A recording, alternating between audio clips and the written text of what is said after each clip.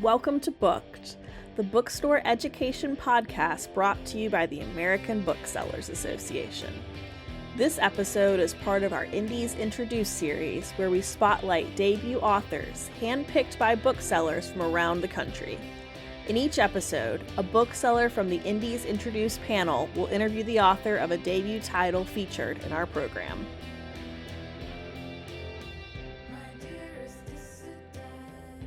Hi, my name is Amy Buren, and I work at Maggie's Bookshop in Gresham, Oregon. And today I am here with Amy Tern, who is the author of Sneaks. I am very excited for this interview today.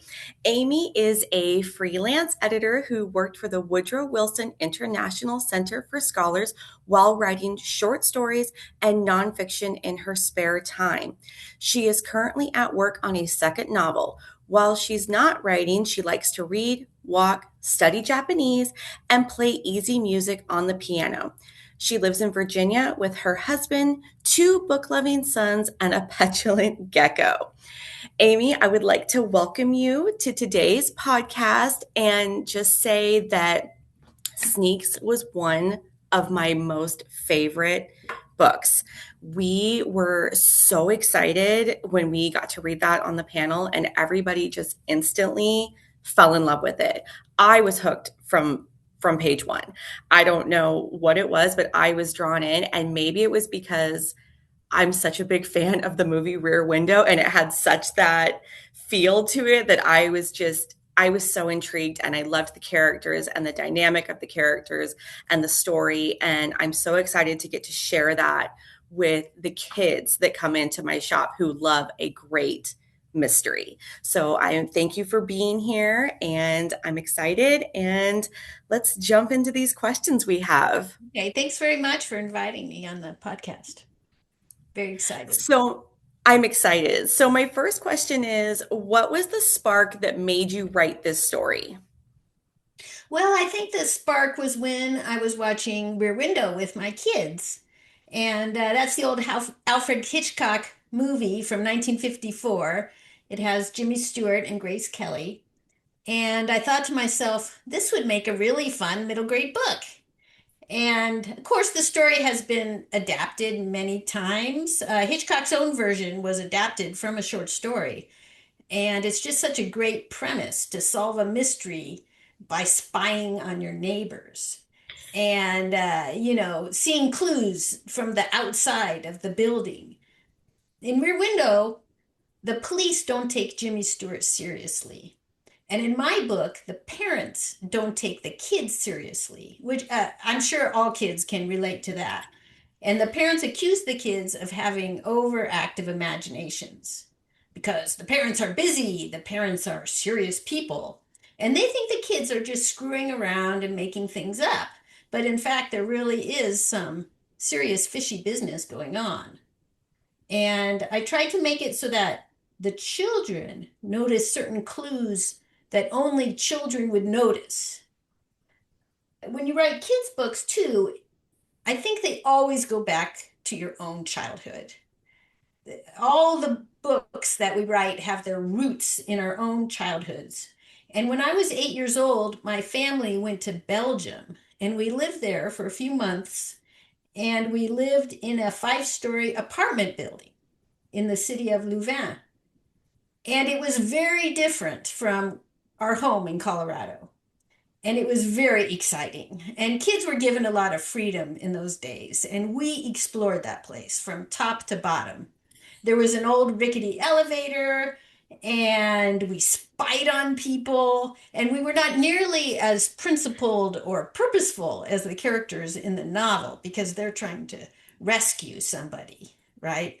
But we were just having fun. And I tried to capture that feeling in the novel where the world is a big, exciting place and fun to explore. I tried to capture that feeling. It was great. It was great because I feel like when I was reading it, you could like visualize the kids on the balcony and watching the neighbor and the little girl with her piano playing and the dolly head and all of that stuff. It was very great. Okay, what does a typical writing day look like for you? Well, it took me a long time to write sneaks because I was very much in my sandwich years. I was taking care of my children and I was also taking care of elderly parents, in particular, my father-in-law, who lived with us for about 5 years before he died. And I was also doing freelance editing work. So I was really busy and I did not have any kind of a regular schedule for writing. Now my children are older, and this fall I hope to write every day. And the best time for me is definitely the morning. So I have a small study with a comfortable chair where I can hear the birds.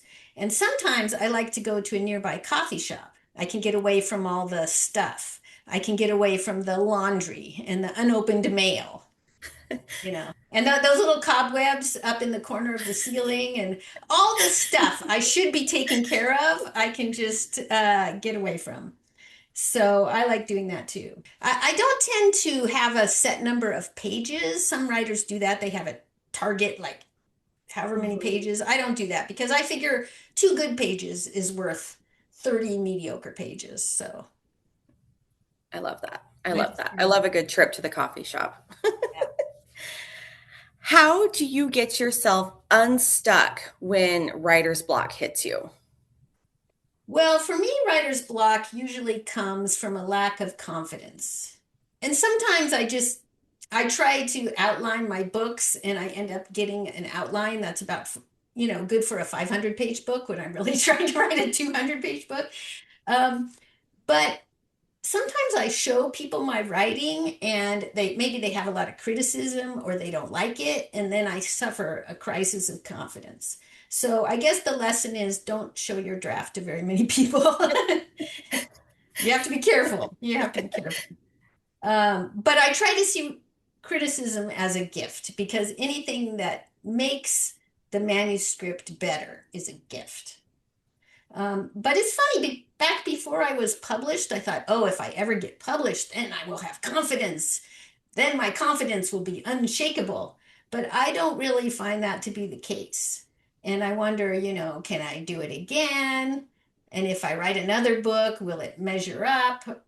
And that's how I get myself into these mind games.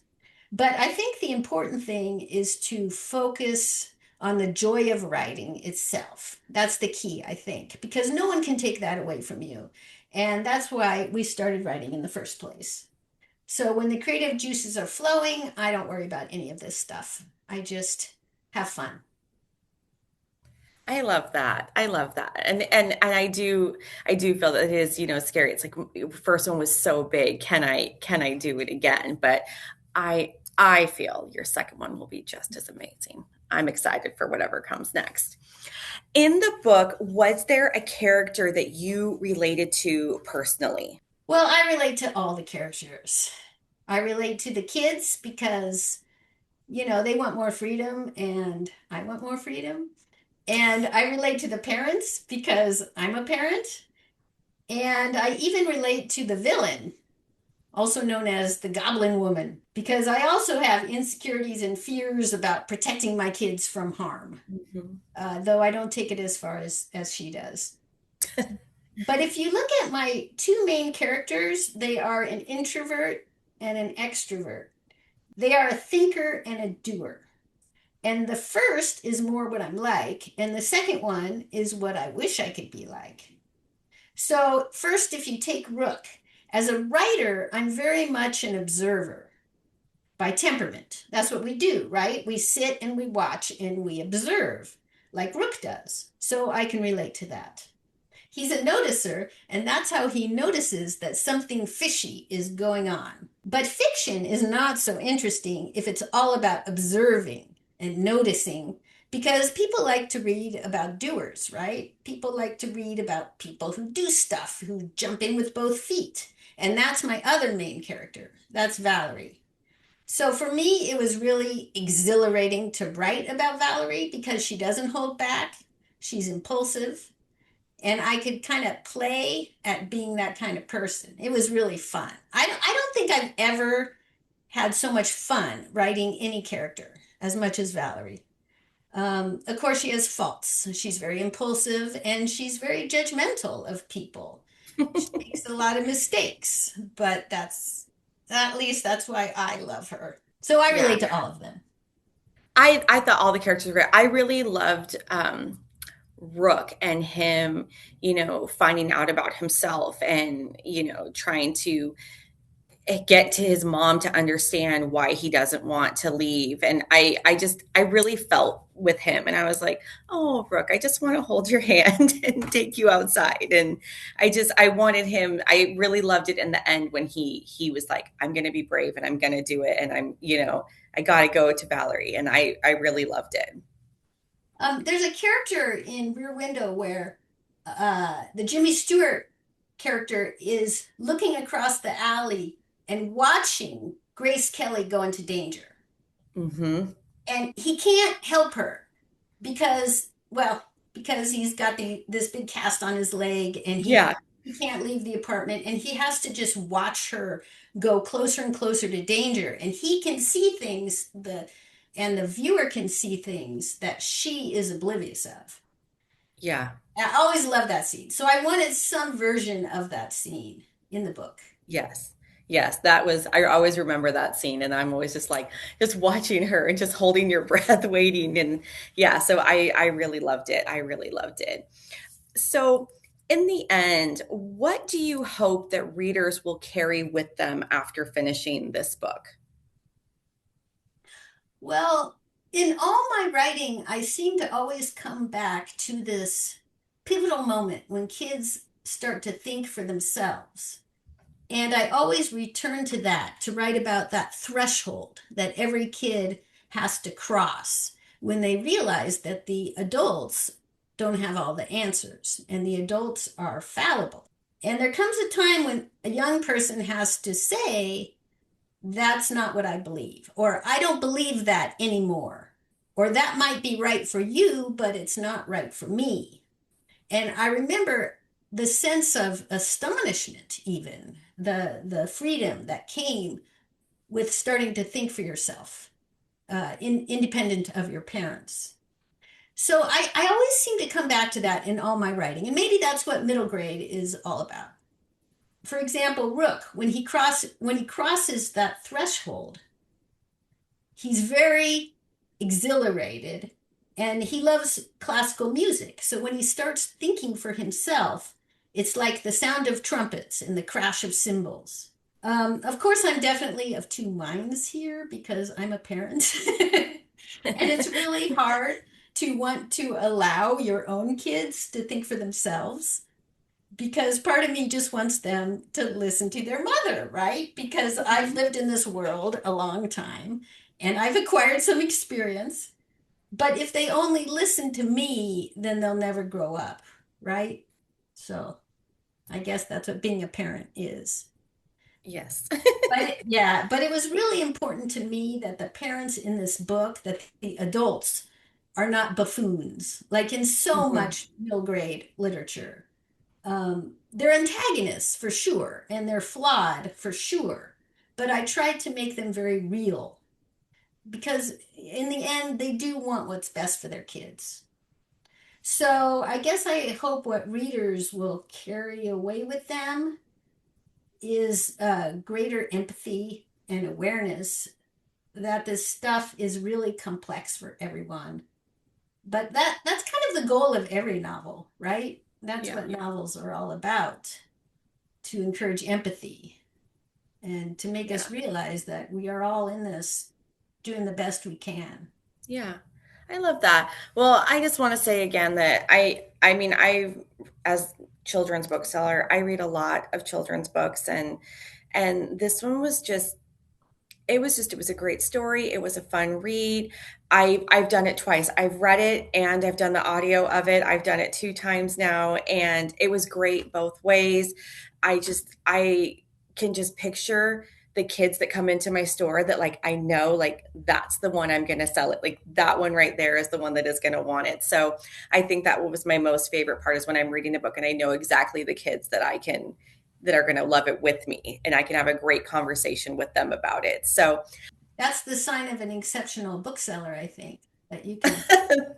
Thank you. Yeah, it's great, and it's just been such an honor to get to talk to you, and it was such a great experience to be able to have first access to read it before everybody else got it, and I'm just so excited for what you will write next, and I can't wait to read that. Well, thank you very much for your kind words. Thank you. I Thank really you. appreciate the support of the independent booksellers. It's just meant the world to me.